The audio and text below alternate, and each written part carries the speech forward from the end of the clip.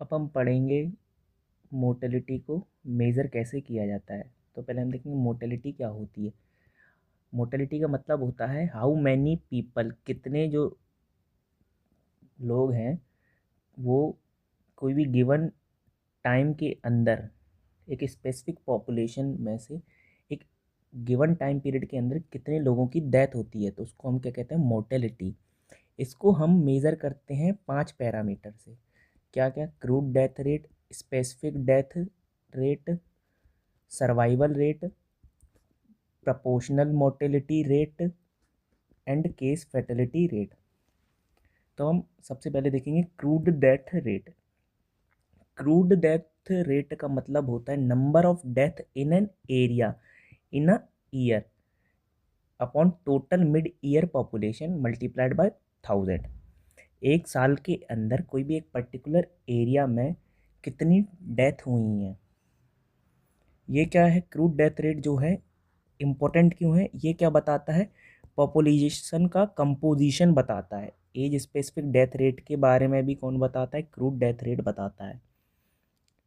अब हम देखेंगे specific death rate. Specific death rate क्या होती है? वो डिसीज़ या कॉज स्पेसिफिक हो सकती है या कोई भी स्पेसिफिक ग्रुप से रिलेटेड हो सकती है, जैसे कि एज स्पेसिफिक या सेक्स स्पेसिफिक। एज स्पेसिफिक का मतलब हो गया कोई भी एक ग्रुप है 15 से 24 साल वालों का एज ग्रुप है, इसमें हम अगर देख रहे हैं या ऐसे मेल हो गया या फीमेल हो गया, इन सेक्स के अंदर देख रहे हैं, या मेल के अंदर 15 से 24 साल वालों की कितने लोगों की डेथ हुई है ये देख रहे हैं एग्जाम।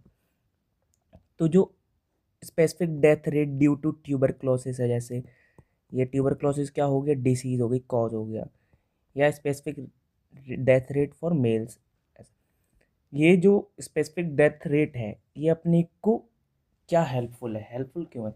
क्योंकि ये क्या करती है? आइडेंटिफाई करती है जो पॉपुलेशन है रिस्क पे है, जैसे कि इन लोगों के अंदर जो है डिसीज़ हो सकती है कि नहीं, तो हम इसको प्रिवेंट करने के लिए हम प्रिवेंटिव एक्शन ले सकें, इसलिए ये ज़रूरी होता है। और क्या है? ये क्या करती है? कंपैरिजन बताती है किसके बीच में? डिफरेंट कॉजेज़ के बीच में, कि जैसे कितने लोग टीबी के कारण मर रहे हैं, कितने लोग मलेरिया के कारण डेथ हो रही है एक पर्टिकुलर पॉपुलेशन ग्रुप के। केस फैटेलिटी रेट के बारे में। केस फैटेलिटी रेट क्या होता है? टोटल नंबर ऑफ डेथ्स कोई भी एक पर्टिकुलर डिसीज़ के कारण, total number of cases due to same disease multiplied by 100। तो ये क्या होता है? ये जैसे मान लो कोई भी डिसीज़ है, फेटल डिसीज़, रेबीज़ को ले लेते हैं। रेबीज़ के हमको 100 केस रिपोर्ट हुए, जिसमें से हमने बाद में देखा कि 50 लोगों की डेथ हो गई। तो 50 लोगों की डेथ हुई, टोटल केस आए 100 मल्टीप्लाइड बाय 100। तो ये जो केस फर्टिलिटी रेट आई ये कितनी आई? 50%। ये क्या बताता है? किलिंग पावर बताता है डिसीज़ की, मतलब कि ये डिसीज़ कितनी वायरुलेंट है। ठीक है, ये मेनली एक्यूट इन्फेक्शियस डिसीज़ के लिए होता है, क्योंकि जो क्रोनिक डिसीज़ होती है, क्रोनिक डिसीज़ का जो टाइम पीरियड होता है ये लॉन्ग होता है, और केस फर्टिलिटी रेट में टाइम पीरियड नहीं दिया हुआ रहता है।